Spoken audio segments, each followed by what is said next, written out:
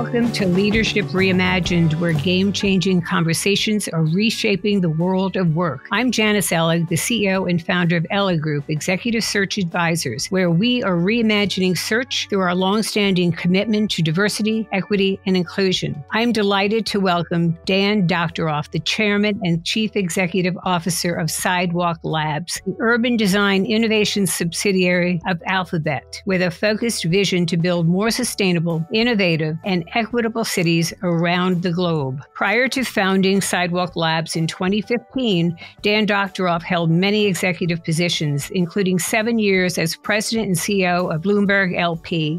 And before that, he was the longest-serving deputy mayor for economic development and rebuilding for the city of New York under Mike Bloomberg. Also, he was managing partner of the private equity investment firm Oak Hill Capital Partners, where he founded NYC 2012, the organization that spearheaded efforts to bring the Olympic Games to the city. Dan is a force in the community, serving on the boards of the University of Chicago and Bloomberg Philanthropies, founder of Target ALS, an initiative to streamline discovery of new approaches to treating ALS. And he is the founder and chairman of Culture Shed, an innovative new cultural institution at Hudson Yards in Manhattan. Dan, welcome, and thank you so much for joining us today. Oh, it's great to be with you, although I wish I could actually be with you as opposed to just recording it. But I think we're making progress toward that. So it is great to be with you, Janice. Well, I'm back in the office, so come visit anytime. Like yourself, I'm a native New Yorker, and I've lived here at least for the past 20 years. Love the city, and so much has happened in the city over the past several years. But really, what's disturbing to me is I see friends, I see clients who are now residents of other states because of taxes, lack of good government, tensions between the city and state, and now the pandemic. So what do you see as the recovery for New York? Well, look, I'm an optimist about New York. I've always been an optimist about New York. If you think about the last 200 years in New York, we've been through many financial downturns. We've been through severe weather events. We've been through just horrific terrorist attacks, pandemics, and the city's always come back. The question is, how long will it take for it to come back? Is it going to be like after 9/11, where literally within a couple of years we had completely rebounded? Or is it going to be drawn out like the 1970s, where it basically took us 25 years to recover? To my mind, the key to all of that is really leadership. Leaders in this city have to point a way toward a better future, a future that is responsive to the demands of the time while still at the same time being respectful of what New York is and how it's unique and the fact that it actually competes with other cities. And I'm encouraged thus far by what our presumed next mayor has said. The question is, how will that get executed on? And we just have to wait and see. But I do believe with the right leadership, we will see a really strong rebound. And I think it's starting to happen already. So, Dan, let's talk about leadership, because 4 months after the 9/11 tragedy in 2001, you joined Michael Bloomberg as the deputy mayor for economic development and rebuilding. Last month was the 20th anniversary of those attacks, an event that for those of us living here, we vividly recall the disbelief that we had of this horrific tragedy. So tell us what it took to rebuild the city then, when you had no money. And you talk about this, and we're going to talk about your book in a moment, no money, and how you creatively took hold and, as you described it, made money out of air. So the first thing was we viewed 9/11 as a catalyst to not just rebuilding the World Trade Center site, but to rethinking the city and making it what it needed to be for the 21st century. After 9/11, you have to give Rudy Giuliani, whatever he's become, credit for this. He rallied people around the recovery of the city. And we took advantage of that. People wanted to make the city, as the title of my book says, greater than ever. They were willing to try new things, and we capitalized on that. The second component of it is you gotta have like a philosophy. You gotta believe in something. And ours was rooted in the uniqueness of New York, its competitive advantages, a respect for our competitive weaknesses, but also a belief that growth was good, that there's a virtuous cycle to a successful city, which is you grow in terms of the number of people, the number of jobs, the number of visitors. That growth, which it takes advantage of fixed infrastructure, generates taxes that can be reinvested in improving quality of life, which attract more people. And that stimulating that virtuous cycle is what you need to do as a policymaker, and what you need to convince the people is the right thing to do. The third thing you got to have is a strategy for actually doing that. And it's a strategy for growing. It's also a strategy for reinvesting back in making people's lives actually better. And we came into office with a point of view on that. From a physical perspective, a lot of it was defined by the Olympic bid that I had started and rethinking neighborhoods all around the city. But it obviously expanded from there in many different ways. The strategy is really important. It's not enough to talk about what you want to do. You actually have to have a real concrete points of view about what it's going to take to get where you want to go. And the last piece is execution. And it's often overlooked, but government plays a really important role. Government has to work with the private sector, but government fundamentally has to function effectively. And one of the things that we did, I think, was bring in great people. That's important, but also structure government to minimize sort of bureaucratic friction that can just slow things down. We also got very good at storytelling. We got very good at, as you said, coming up with money when we actually didn't have it. And all of that is just different forms of execution. So people, structure, and giving people the ability in government to innovate is just absolutely critical. I will say, of all the things that Mike Bloomberg did to bring the city back after 9/11, I think maybe the most important was he picked good people, empowered them, supported them, so they felt confident to take risks. And even when the risks didn't pay off, he was supportive. So, as I said, catalyst, we got one now, got to be used. Philosophy, I still think the philosophy is basically the same, although I would modify it slightly. Strategy, got to have a strategy and got to be able to execute. So, Dan, you talk about government and its role here. You have some interesting theorems about government, such as if it's temporary, that means it's permanent. More agencies involved in the decisions, more likely the project will die. And the delicate balance of being patient and yet having a sense of urgency. How did this play into what you and Mike did during his administration? What we talked about is that fourth step is execution. And execution in government is really hard. It's hard because you're trying to manage a whole set of competing demands of lots of constituencies that believe they have a legitimate say in whatever process it is. And all of that stuff just takes time. And you have to acknowledge that. You have to be respectful of the process. At the same time, to get anything done, you have to act with a sense of urgency at all times, because the reality is, because of all this process, everything, if you don't work diligently at it and aggressively and push things along, it'll die of its own weight. And so learning how to manage that process is absolutely critical to everything. We didn't do everything perfectly. We made lots of mistakes. I almost took Mike Bloomberg's mayoralty down by pushing, a stadium on the West Side.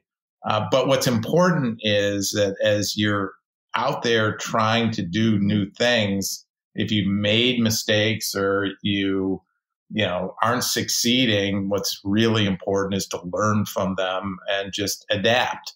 And I think that was one of the things that we also did extremely well is, most of what we wanted to do, we were able to do. Sometimes we failed and we learned from the failures. So that's obviously critical too. So Dan, you've worn many hats during these years: a lawyer, investment banker, private equity, in government, business leader, as CEO, entrepreneur.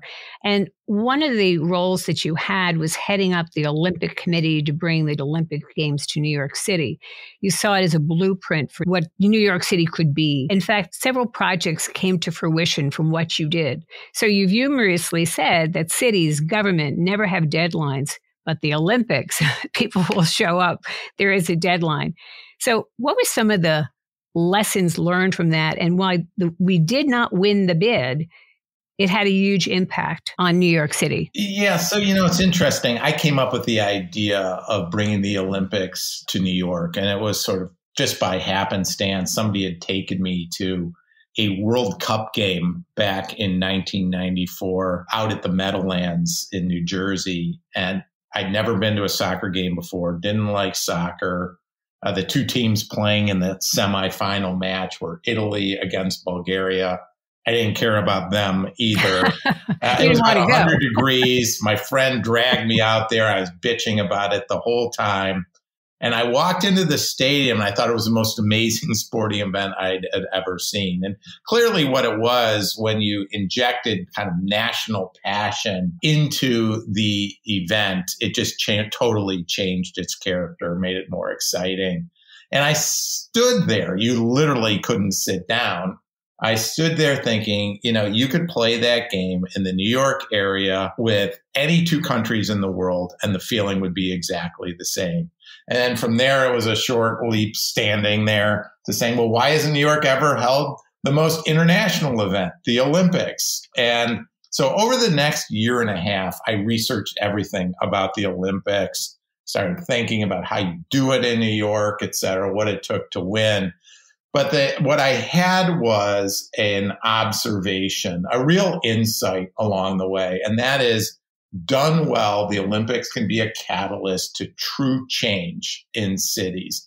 And as you pointed out, the reason is because the Olympics, even bidding on the Olympics, occur on a deadline. And nothing else in a city ever occurs on a deadline. And so could you use those deadlines, the fact that hopefully the world was going to be coming to your city, and as a catalyst to getting things done that people have been talking about for generations or couldn't find the money for whatever reason.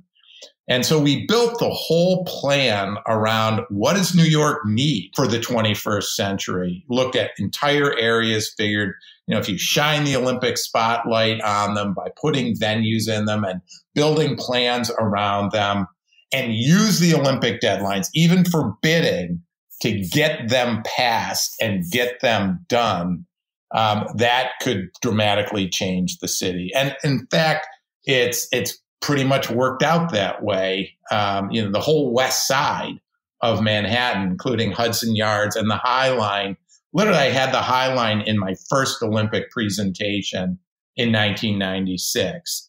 We redid the waterfronts of Brooklyn and Queens, which were key locations for venues. Downtown Brooklyn, we focused on, ultimately became the Barclays Center. We looked at other areas around the city like Flushing and Queens and Harlem and the South Bronx and Coney Island, and developed plans for them that when I came into City Hall with Mike Bloomberg, we began to execute on. And so, cities, as I mentioned earlier, that first thing that's necessary to get things done is a catalyst. The Olympics can, if done well, act as that catalyst, even if you don't end up winning the Olympics. We had most of these plans approved, actually, before we actually lost in 2005. And some were far enough along that they were pretty much irrevocable.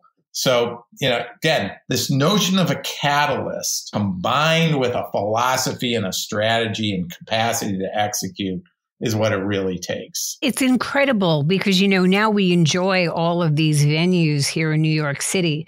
And you wrote in your book, which you published in 2017, Greater Than Ever, New York's Big Comeback, what the aspects of really designing and bringing a positive human experience to residents of the city. How do we ensure that going forward in terms of what people's needs are going to be and planning for them and making it livable and also very inclusive? How do we make that happen going forward today? I do think that what you've got to do is you got to listen. I know I certainly got better at that in my 6 years in government. Cities like a product. You have customers and you have to satisfy them if you want more customers, consistent with my theory of growth is good and the virtuous cycle. And so listening is incredibly important. On the other hand, anyone who has built a successful product will tell you that if you simply listen to your customers, they're going to tell you more about their existing experiences, and their imaginations won't be able to comprehend what's actually possible. And so it's a combination of listening, but also so deeply understanding the soul and the operation of the city that you can come up with something and things that so elegantly, so perfectly respond to what people want, but never believed or never imagined they could have. And it's that combination of listening and in-depth understanding, combining it with the knowledge of what this city is and can be, that produces really spectacular things. And they can come from anywhere. They can come from citizens. They can come from government. They can come from philanthropy, academic institutions. We're trying to keep this city on the edge and keep it distinct. So, what opened up a few months ago was Little Island. That was the vision of one person who finally got the cooperation of government, an extraordinary thing. I've been involved in The Shed, this new cultural institution on the West Side, which is literally, I think, in many ways, the post-paradigmatic, post-pandemic cultural institution. It's incredibly adaptable. Our mission is to use arts and ideas to actually shed light on sort of the important issues of our time. It's different. There's nothing like it anywhere in the world. That idea actually came from government. This is a city that inspires people and inspires them to do amazing things that improve other people's lives in lots of different ways. We just have to be organized to be able to achieve them. I recently visited Little Island, Barry Diller's idea there, and you were probably involved with that, which is just remarkable, where people can go and enjoy the city and they feel like they're really in another park. I want to remind our audience that we are speaking with Dan Doctoroff on Reimagining Cities. Dan is the chairman and chief executive officer of Sidewalk Labs. The topics we cover, like today's, are all current, and a new topic with a new game changer is released on the third Thursday of every month. This is a great way to stay current on relevant issues happening around us. Now let's return to Dan Doctoroff. And Dan, I want to mention again your book, Greater Than Ever, New York's Big Comeback. You have some quotes on the back, like one from Senator Charles Schumer, which says, "Whenever I ride my bicycle through New York, I can see the personal imprint of Daniel L. Doctoroff, whose visionary work made the city we both love better." This book is a bird's eye view of successful government told by an effective, bold, and persuasive public servant. And you have been persuasive in so many things that you've done here in New York City. This is a great read, and I'm going to read it again. I read it before, and we read it again. Tell me how cities are employing technology to improve the human experience and tackling some of our nation's most pressing challenges around climate change, affordable housing, economic opportunity, and social justice. Well, right now, what I would tell you is the smart city movement has probably been something of a disappointment. It's been led by consultants who want to basically sell systems to government. And in reality, we're at a historic moment where the potential to use technology to improve life across every aspect of the urban environment is right in front of us. It just needs sort of a push, both from the innovators and from the urbanists, the people who run government, the people who build buildings, the people who are interested in sort of the cities themselves. So Sidewalk Labs, our company, was founded to actually be, to some extent, a bridge to create ultimately more affordable, inclusive, and sustainable cities. Because what is needed is sort of that bridge in order to really begin to bring about significant change. And that's not to say we're the only ones doing this. There's lots of people trying in lots of different ways. But I should touch maybe a little bit on Sidewalk Labs model, because we believe that the right model for us is we engage in placemaking. We work with developers, we work with cities to try and set ambitious goals and use innovation to achieve those goals. So like, how do you significantly increase the percentage of housing that's affordable? How can you meaningfully reduce the percentage of people who need a car without sacrificing convenience? How do you actually, in a development, get to climate positive? How do you provide ubiquitous connectivity in an affordable way? How do you actually meaningfully improve health outcomes for the poorest and the sickest among us? Those are ambitious goals. And by setting those ambitious goals and trying to force ourselves to figure out how to address them, often using innovative approaches, we think we come up with unique insights about the future of cities, the future of the urban condition, urban life, and that out of those insights, we build products and services that hopefully do improve quality of life in cities. So I'll give you one example of how innovation can really change. Back early on in Sidewalk, about 4 years ago, we had an insight about how to care for the sickest and poorest in our communities. And it really leveraged the idea that the social determinants of health, access to food and food security, housing security, ability to get to appointments and have access to transportation, were just as important as medical care. So we decided we were going to create a company. We had an idea for a company that would combine together social care and a new model for healthcare, which included virtual care, in-home care, and clinic-based care, all focused typically on Medicare and Medicaid patients. So we recruited a team to run it. We started building a platform to connect all these potential providers, including the company we were creating. And literally in 4 years, that company has gone from 2 employees to over 1,000. It's in 5 states now. From a valuation perspective, it's gone from nothing to billions and billions.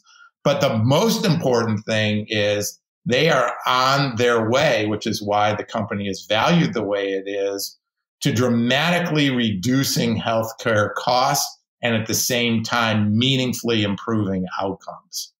And it's all because, again, we were focused on a problem. We came up with an idea. We tried an idea. We brought lots of partners in along the way, and hopefully it will over time have a significant impact. I think that potential exists across kind of every dimension of quality of life. And we just have to be open enough and willing to try things in order to do it. We, going forward, still need to grow. We need to do it in an inclusive way that benefits everybody, because increasingly pre-pandemic, and I think the pandemic has only made this more obvious, a lot of people have been left out of the growth that has been generated over the last 25 or so years. And in order to achieve that kind of level of inclusive growth, we are going to have to innovate. And technology, carefully applied, can play a really important role in making that happen. So Sidewalk Labs is involved in a number of projects going forward, and it's all about more sustainable, smart cities, although you don't like to say that. You think people are smart. But the density of cities, we're going to have 9 billion world's population by 2050, right? Probably 9 billion people in the world. Yeah. And nearly 70% living in those urban environments. What's going to be the impact of Sidewalk Labs and other organizations to really make those cities more sustainable? Well, hopefully we can play that role in lots of different ways, and many others are trying to do it as well. I'll give you an example of a product that we've come up with that hopefully can have a big impact in making cities more sustainable. You know, the vast majority of buildings are old buildings. By 2035 or something like 2040, 95% of the buildings that exist in 2040 in New York City are in existence today. So there's a lot of old buildings. The average age of a building in Midtown is 70 years old. Old buildings don't have sophisticated building management systems. So we came up with a product. It's called Mesa. I think it's pretty amazing. That is a sensor kit that is powered by artificial intelligence that gets easily installed in Class B and C office buildings, so old ones, basically, that we believe can reduce energy use and therefore carbon emissions by about 20%.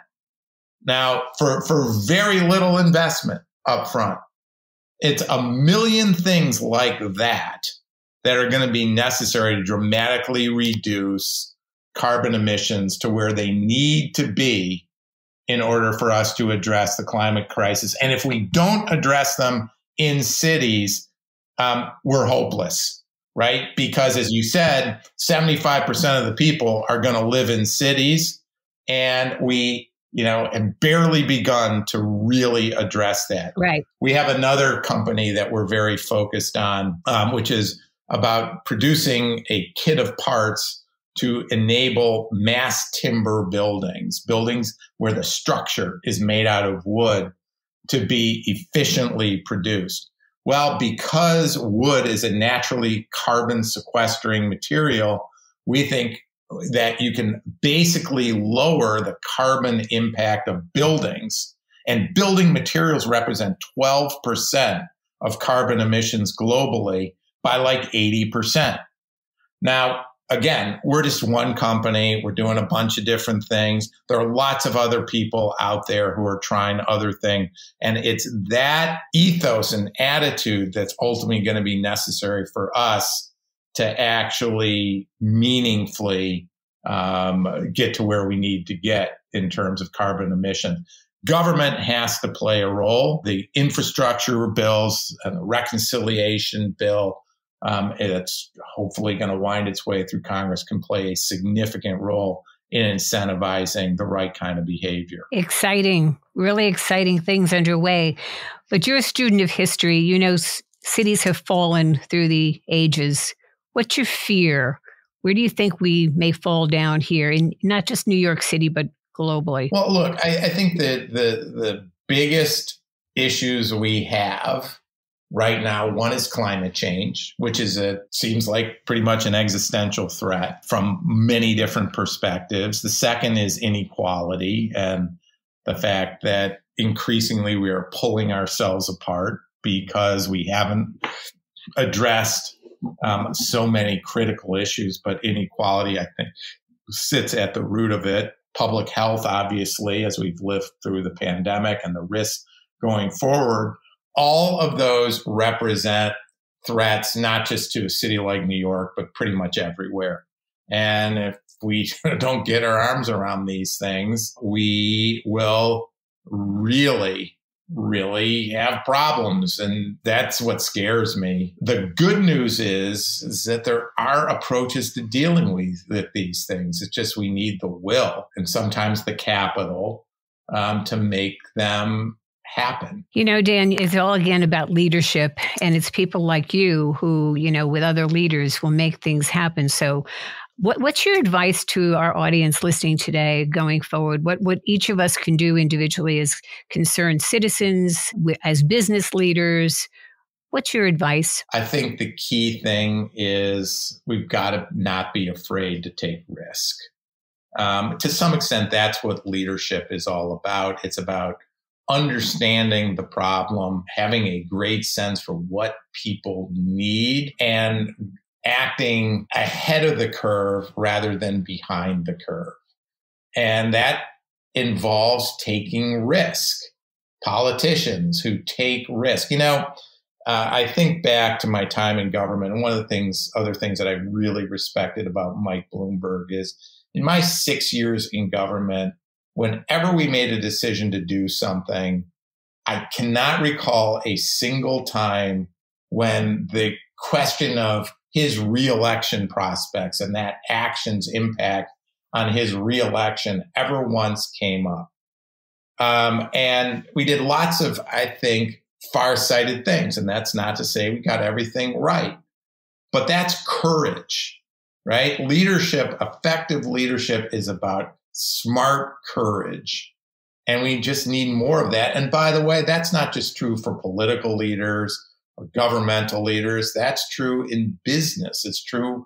That's what entrepreneurs are all about, is taking smart risks. And so when you say, what can we all do? At the end of the day, we can try and take smart risks to push the ball forward in lots of different ways. Well, Dan Doctoroff, you certainly had courage because, you note in your book, the first time you came to New York City, you were 10 years of age. And you said it was hate at first sight. But you said, despite my resolution on January 1, 2002, I stood on the ledge of a damaged skyscraper looking down on ground zero and realized that my fate was intertwined with the future of New York. So thank you so much for joining us today. But most of all, thank you so much for everything you have done for New York City as a leader in so many different roles, and also your philanthropic work and efforts and contributions to ALS and the YMCA and other organizations. You truly are a leader that all of us want to follow and take the lead ourselves to do good in this city and in this world. So thank you so much for being with us, Dan Doctoroff, the author of Greater Than Ever, New York's Big Comeback, and Reimagining Cities, Dan. So looking forward to more happening in New York City from you. Well, we'll see. But Janice, it's been great to be with you, and you are too nice. Thank you very much. And thank you to our audience for tuning in to another game-changing conversation on Leadership Reimagined, which we release on the third Thursday of each month. You can find me on Twitter, LinkedIn, or visit our website at ellig.com.